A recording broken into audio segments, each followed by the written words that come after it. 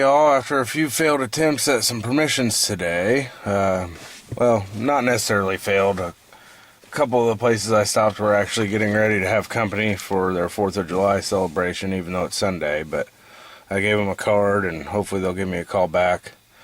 But we're at one of my favorite old parks to hit, so I'm just going to get out and see what I can find. Catch you at the first find. Alright guys, first find. It was real high tone. It was ringing up 88 into 90, which it was 4 or 5 inches deep. It made me think of might be something silver, but believe it or not, this thing was at least 4 inches, probably closer to 5 inches deep, and it's a 1988 Rosie. So we're gonna fish around and see if there's anything else in there. So I don't think that would have been my target. It was pretty decent signal. So we'll look. Catch you at the next. Okay guys, hunting around this old pine tree here.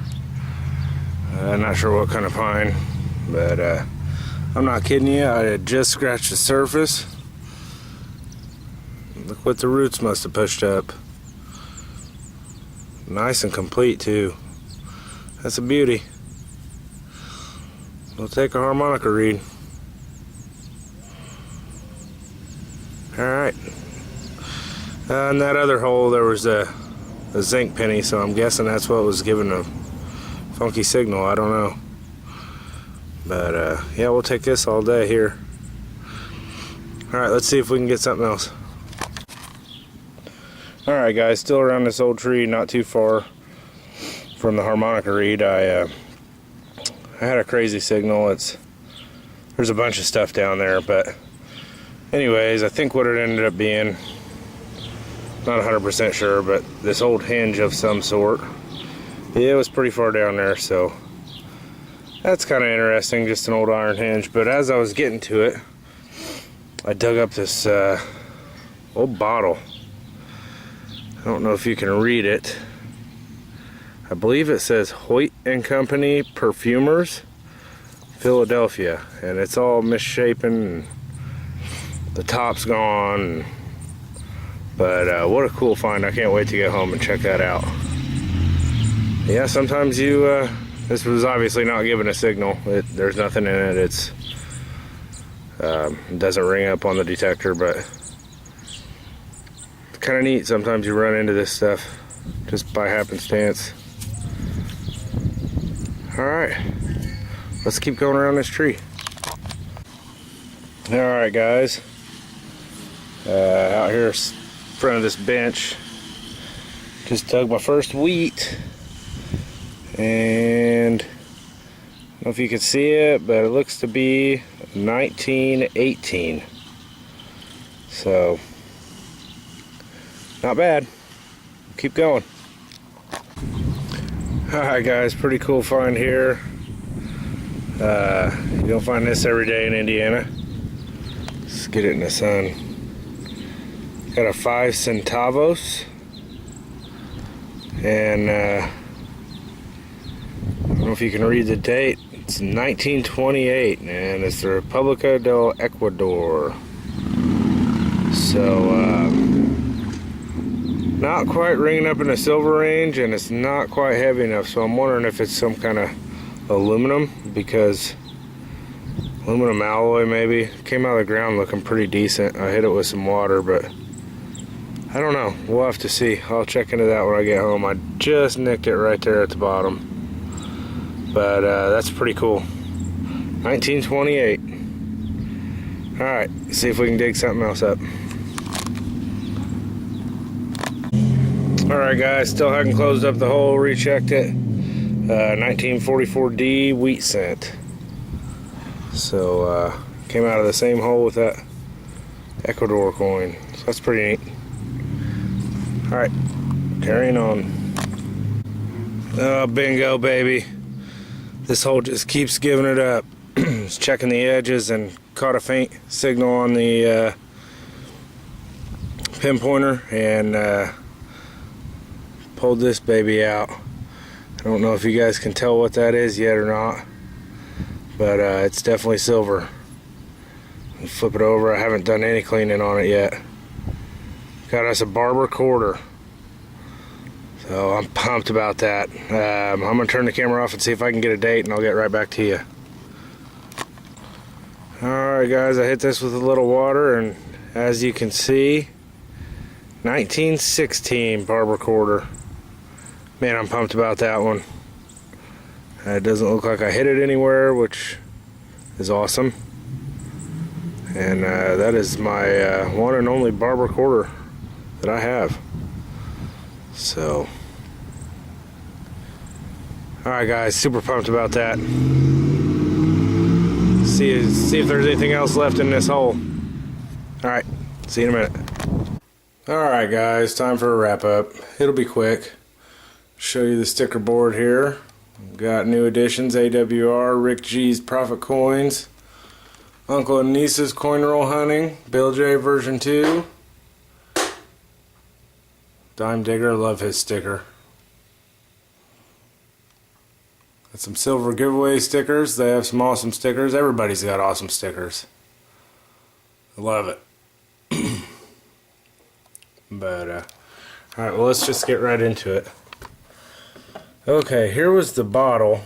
It says, I cleaned it as much as I could in a very little amount of time. But F. Hoyt and Company Perfumers, and it's Philadelphia. I haven't really had time to dig into that to see how old it might be, but I did see one on eBay. I wish the top was still on there because it was really neat looking little top. But it's going to be older. So I don't know if this maybe was in a burn pile or something.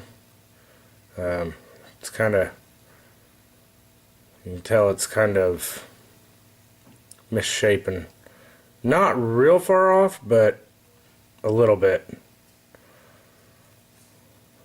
So I thought that was pretty cool. I'm going to keep it anyways. Then found the complete harmonica reed. Love finding those. Not bent, nothing. Great shape.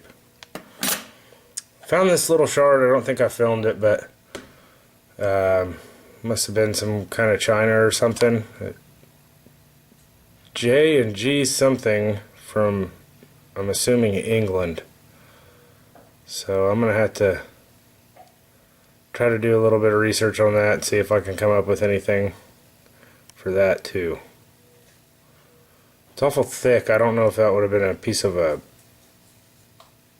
platter or maybe a plate. I don't know. But then the notable coins, I found some clad. I didn't film much of it, but you can barely make that out. It's a 1940 Jefferson. I never did flip it over to see.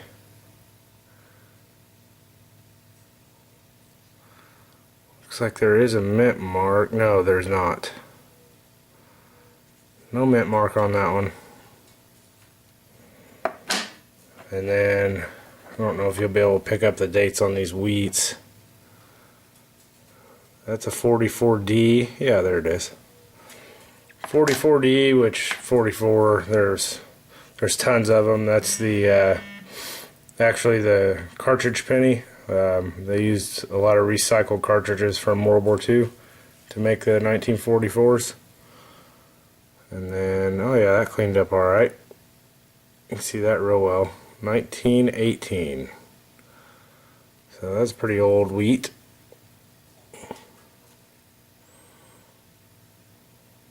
Not in too bad a shape. Then the odd find was this 1928 5 centavos. It's the Republic del Ecuador. Oops. And I looked that up. That's made of nickel, which is kind of odd because usually nickel are nickels, which they must be an alloy of some sort. Do not come out looking like this.